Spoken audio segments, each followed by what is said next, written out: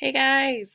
So I have been reading your drafts for your fairy tales, and I'm really excited because some of you are really on the right track and you're thinking about how stories go with a beginning, a middle, and an end.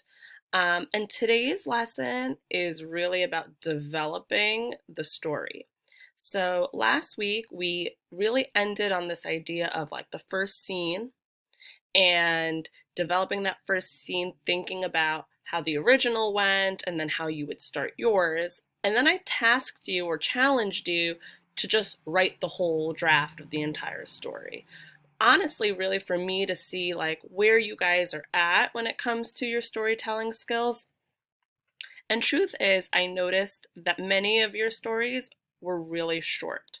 Some of you developed beautiful stories, but I wasn't really sure if you understood that stories have dialogue and conversation and action. And then some of you wrote stories and it sounded like a summary. So both instances, whether we wrote very little or we wrote a lot, was missing a really big component, which is dialogue, conversation, and action. And so that's why today's lesson is super important. So, writers, just like you, I'm thinking about what will happen next. So, after my first scene, I'm thinking, what's going to happen next in my story? So, last week, you spent some time thinking about your first scene, and now we're going to start thinking about our next scenes. So, we know that the fairy godmother comes in the middle of Cinderella. You know, Cinderella, the beginning part, we kind of get this background information and that she's not really treated very nicely. And then we find out that there's a ball. And then the magic comes in, the fairy godmother who is going to help Cinderella. But it's not like this fairy godmother just shows up and things change. We need to think about, well, what's happening in the scene? Where is it? What's going on? So we need to know the original story to help us develop our adaptation, but we also have to start to visualize the story in our mind. It's no longer just a summary of the story. We need to actually be in the story.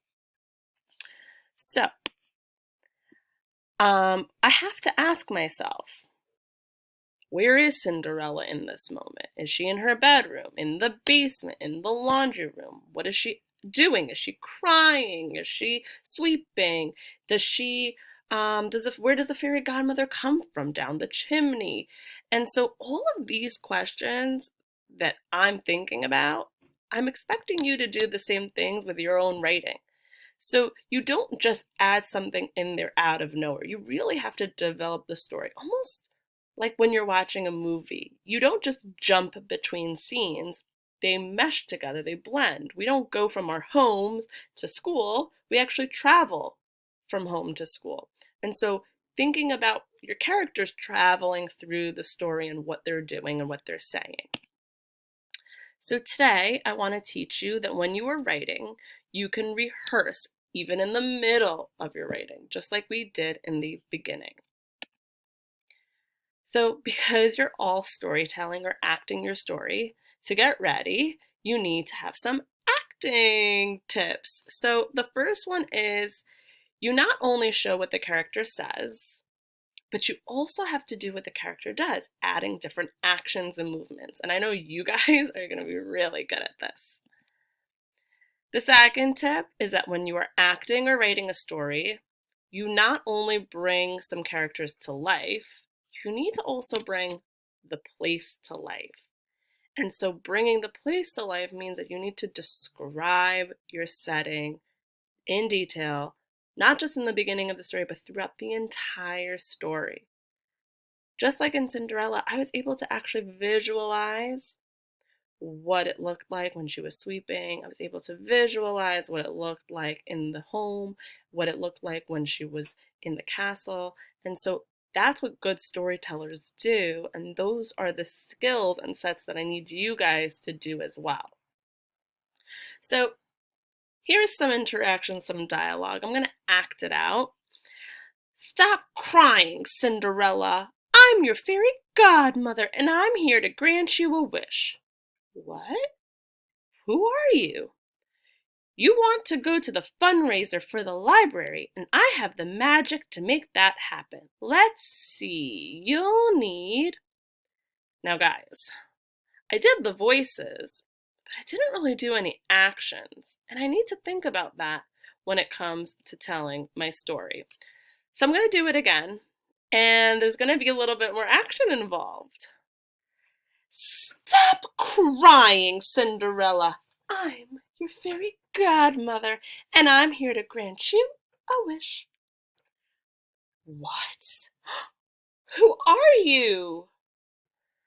You'll want to go to the fundraiser for the library, and I have the magic to make that happen. Let's see what you'll need. If you noticed, guys, I added some props in there, even though they were invisible. When I'm writing my story, I'm going to put that in there. The movements that the characters made. You know, Cinderella had her hands in shock, like her hands up over her mouth. We also had the fairy godmother who had her hands on her hips. So, you guys are writers, but you're also actors. So I'm going to call you actors. Actors, the acting I just did helped me discover different ways to bring the character and the place to life. And we stumble across these little things when we actually act them out, because they're no longer just flat stories, but they're actually shows for us, and we can add those details into our story. So, for you today, I know you've only seen how I do it. But when a person writes, they act in their mind or out loud. I act out loud all the time. And then I take that experience and I put it into writing. And the truth is that if you really do the acting, boys and girls, I can see it in your writing. It's very obvious because you've thought out different movements and the ways that your character says certain things that most writers can't do without at least trying to act out in their head or out loud. So right now, I want you to go back to the start of your scene in your writing. I want you to picture what you've acted out, or act it out and then revise it. So you all have a draft, but I want to see the changes you're making now to that draft. I want you to picture what the character is saying, how the character is saying it, what the character is doing, and then jump in and revise that draft. I also have this little chart for you that you can always refer back to. And it's, kind of like a checklist of how to be a great fairy tale writer when it comes to adaptations. And the first one is you need to know the classic story. If I'm reading your story and I'm not really able to identify what the original story is, that means you've gone off the storyline. And the truth is you're not writing just a fairy tale, you're writing a fairy tale adaptation. And therefore, we need to stay on topic when it comes to a fairy tale. You need to decide on this change that you're making, and it needs to be a purposeful change. I made the change that she's going to a fundraiser, she wants to save a library. Why are you making changes to your adaptation? I saw that many of you changed the main character from a boy to a girl or a girl to a boy. I've seen you kind of change the characters a little bit, but the question is why? Why are you changing those characters? And then what problem are you maybe changing? Making sure your lead also then leads to other parts of the story. Also making sure that your character has traits and wants and that they run into trouble. And that you're able to tell the story in 2 or 3 scenes. Basically, a beginning, a middle, and an end. Now that doesn't mean it's 3 paragraphs, because you can have even little scenes in between. But I'm really looking to see that you have a storyline where there's a beginning, a middle, and an end. And honestly, the best advice I can give you, read it out loud, act it out, and add those details in there. you're going to see a huge difference in your writing. And I hope that you can find that this is really helpful for you. Watch this video as many times as you need to and hold yourself accountable. You guys are excellent writers, and I know that I'm not with you to really push the level of your writing in person, but I'm looking to really give you feedback.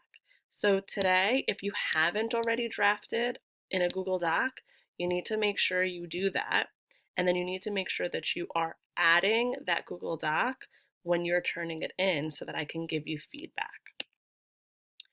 And last thing, thinking about how your story ends. Now, we're going to have another lesson about story endings, but I really want you to think about, does your story ending match your beginning or solve the problem, in other words? And some of you rush to end a story, but remember that, especially in a fairy tale, your endings are so powerful because they're going to teach a lesson. And the question is, are you doing that in your story? So really think about that as well. Please make sure you're reading all the directions on Google Classroom, and if you have questions, to message me. But I'm looking really to see that you've developed your writing, that there is a beginning, a middle, and an end, that your characters have dialogue, which means they're having conversation, that you're setting up your setting, that you're giving details, and that your characters have action and movement as well. Can't wait to read your writing, guys, and give you feedback on it. See you soon.